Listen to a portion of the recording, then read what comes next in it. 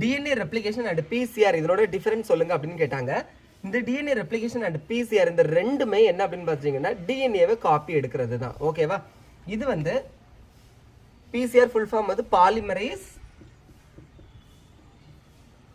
Polymerase chain reaction.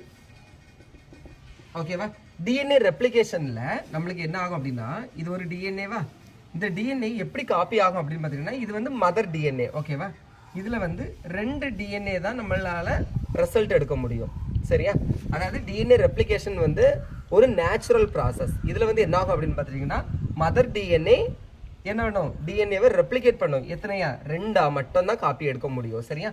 இதே polymerase chain ரியாக்ஷன்ல இப்படி ஒரு டிஎன்ஏ கிடைச்சிருக்கு அப்படின்னா இதுல இருந்து மெனி டிஎன்ஏ பீசஸ் வந்து நம்மளால என்ன பண்ணிக்க முடியும், காப்பி பண்ணிக்க முடியும். எங்க?